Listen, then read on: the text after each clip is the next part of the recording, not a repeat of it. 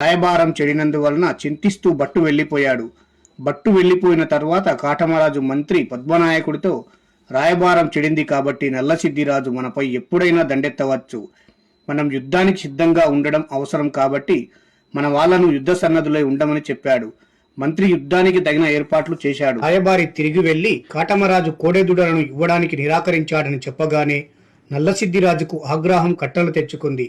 కాటమరాజు ఒప్పందం ప్రకారం చెల్లించవలసింది చెల్లించకుండా కయ్యానికి కాలు దూవుతున్నాడు కాబట్టి మనం మన సత్తా చూపించవలసిన తరుణం ఆసన్నమైంది.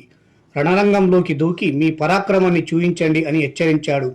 అప్పుడు అతని మంత్రి చింకర్ల భీమినీడు యుద్ధంలో సహాయం చేయవలసిందిగా సామంతరాజులకు వర్తమానం పంపించాడు. వెంటనే నెల్లూరి పరిసర ప్రాంతాలు సైన్యాలతో నిండిపోయాయి. అప్పుడు దండనాయకుడు ఖడ్గతిక్కన ఎర్రగడ్డపాటి యుద్ధభూమిలో కాటమరాజు సైన్యాలను ఎదిరించాడు.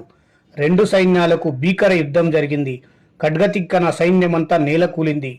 అతడు ఏకాకి అయ్యాడు. తిక్కన చింతించి తిరిగి మళ్లీ సైన్యాలతో వచ్చి చిత్రనాశనం చేయవచ్చు అని తిరిగి వెళ్లిపోయాడు. అలా తిరిగి వస్తున్న ఖడ్గతిక్కనను పౌరులు ఎగతాళి చేశారు. చావుకు భయపడి పిరికి పందెలా పారిపోయి వచ్చావు, నీ బతుకు వ్యర్థం అని ఎగతాళి చేశారు ప్రజలు.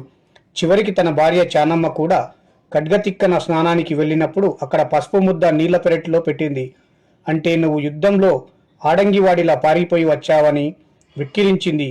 ప్రజలు చివరికి తన భార్య కూడా అలా వెక్కిరించడంతో తట్టుకోలేని ఖడ్గతిక్కన సైన్య సమేతంగా వెళ్లి మళ్లీ తలపడ్డాడు.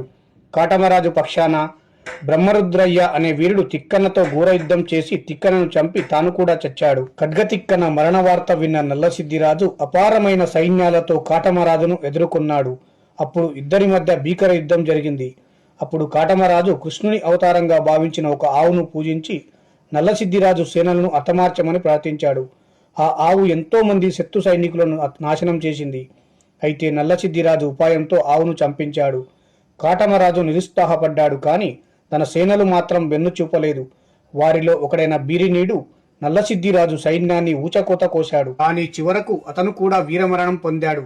ఆ యుద్ధంలో కాటమరాజు సైన్యం బలహీనపడింది. అప్పుడు కాటమరాజు ఆలోచించి నల్లసిద్ది సైన్యంపైకి తన దగ్గరున్న ఆవులను ఎద్దులను పంపాలని నిర్ణయించుకున్నాడు. ఆవులను అశ్వాలపైకి, ఎద్దులను గజబలం మీదకి ఉరికించాడు. అయితే అవి కూడా పోరాడి మరణించాయి.